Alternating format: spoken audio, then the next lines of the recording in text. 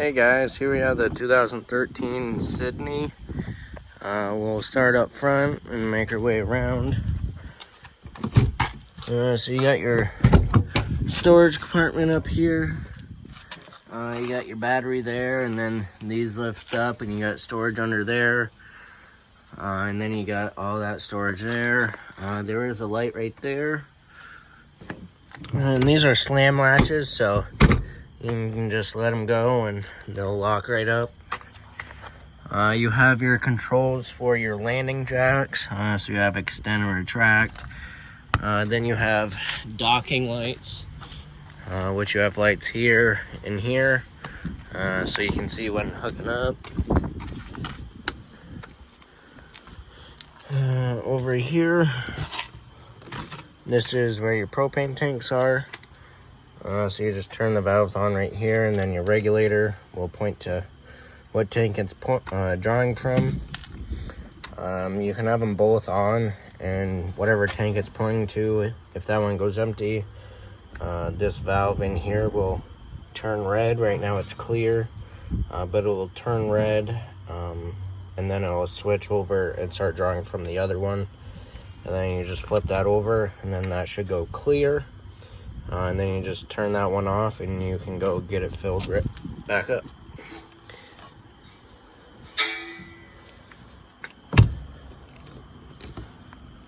Alright. And then you have the other side of your storage compartment right here.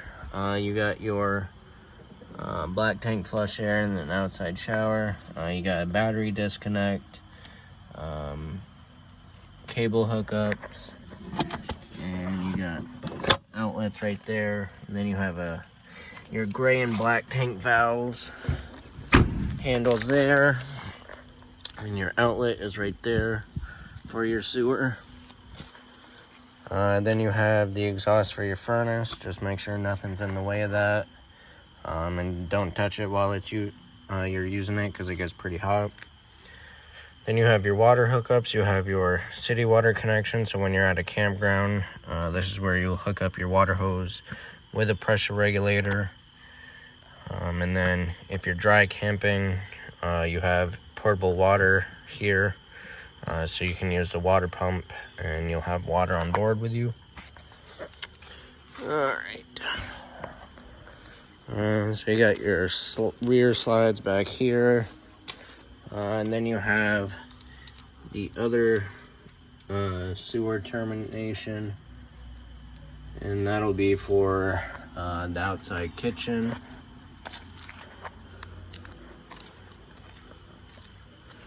Alright, you do have rear stabilizer jacks, and those you'll crank down once you're leveled, and you'll just crank them down until they hit the ground or blocks. You just give it 1/2 to 3/4 of a turn just to put a little pressure on it. Then your power cord hooks up here. This is a 50 amp unit, so make sure you ask for the 50 amp hookup at campgrounds. You can get an adapter plug into a 30 amp. You just have to be careful of what you're running at once. Spare tire, and then a spot to mount the grill. And then you have your outside kitchen here. And this is on struts, so it'll hold itself open. And if it's raining, you got a little canopy. So you got your sink, countertop space, mini fridge, storage, some outlets. And you do have a cable hookup, so you can hook up a TV out here. And then you got drawer. And under here, you have this little swing out thing, and you have a little grill on top of this as well. And a quick connect hose right here. Then I'll just connect right over there.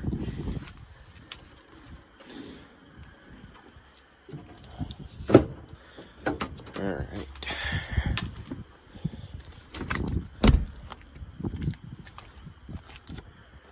Alright, right here, these vents, that's the back of your fridge. You'll never have to go back there. It's just where we service it and where it vents out and stuff.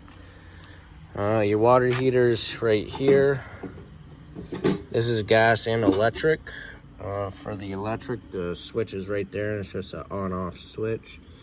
Once you're plugged in, you can flip that on.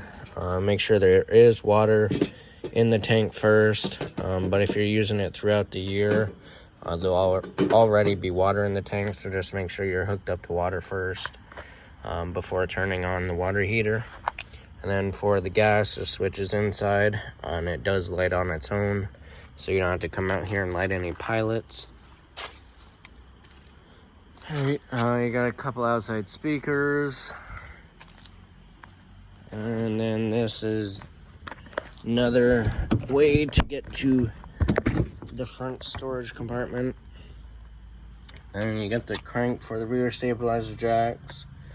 And then you got another grill right here.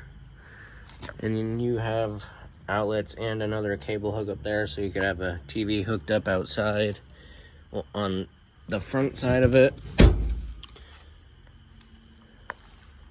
Alright, now we'll go inside. Alright. So we'll go to the right first, up the stairs. And right here, this is your control center. So this has all your switches and your monitor panel right here. I'll just flip this light on real quick. So this light switch right here will be for those lights right there, and right here, little hallway lights to see at night. And you got your water heater switch for the gas right here. And for the electric, it does have two switches, so the one outside has to be on, and this one in here has to be on for the electric to work. And then if you're using your freshwater tank, you have your water pump switch here, but if you're hooked up to city water, you don't have to worry about the water pump at all. Then you have your awning, just extend and retract. And the awning doesn't stop on its own, so you'll have to watch it while rolling it out.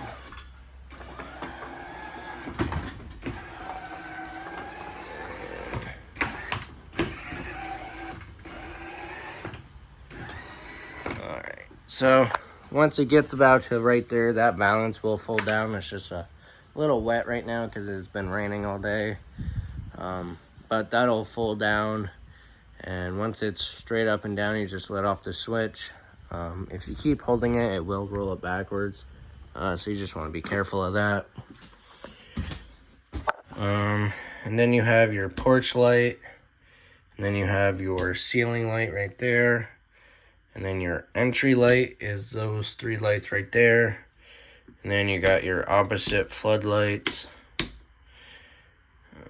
the porch off. And then you have your slide switches here. So the main bedroom is the front. And then the back bedroom. And then the middle slide, which is that one. And then you have your monitor panel up here. So you just press and hold these buttons, and it will tell you how full your tanks are.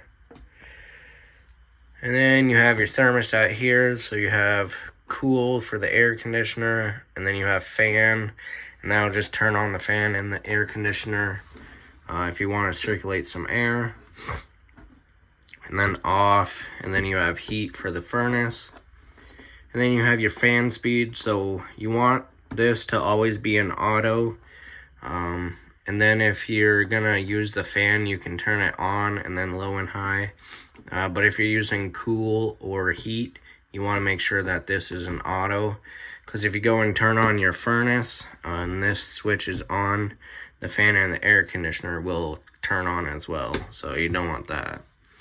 And then your temperature selector right there. All right, we'll go to the bathroom. You have your toilet here, fan switch there, and then your light switch right there. Your toilet, you have a foot flush right over here, and then your shower, just hot and cold water. You got your sink and your vanity right here.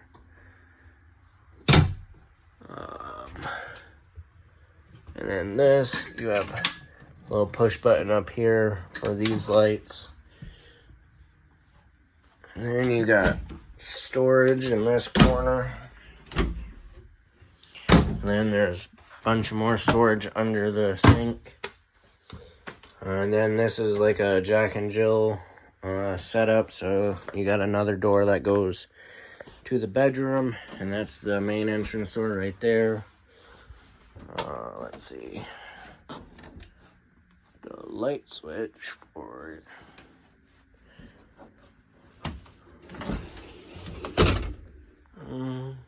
Oh wait, there is no light switch. You just turn on that switch right there, and then I'll turn the light on, and then you got some lights above the bed, some storage there, and your dressers, TV hook up there, and then you have your walk-in closet, kind of walk-in, not really. You got a nice shelf there and a spot to hang stuff and another shelf up here. Alrighty.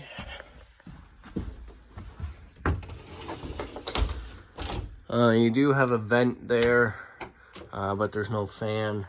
And it is pre-wired to have a second air conditioner, so that's why it's 50 amp. You got a nice little coat rack here with a little shelf and a little pin board there.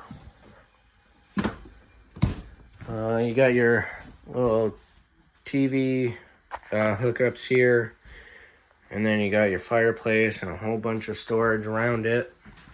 And then you got your couch, which will pull out into a bed, and then you got storage there, and your dinette table, which will fold down and to make another bed. You got your sink here. What it is, we'll just pull out of the way, just like that. Then you got your 3-burner cooktop here with your oven, and then you got your light and fan, household microwave, nice big storage stores up here. And more storage on this side. And drawers everywhere. And more storage on this side. And then you have your fridge. So you got your on-off button here. And then this button will control what source it's running off of. So with it pushed in, it's on auto. And that is looking for electricity first. If you lose power overnight, or if you're just not plugged in, it will automatically switch to gas if your propane tanks are on. And then once you get power again, it'll go back to electricity. If you're plugged in and you only want it running on gas, you can push that button out and it'll make sure it's only running on gas. And then you have your off button there. And last but not least, you have the bunk room. So you got the couch there, which will fold out and make a bed.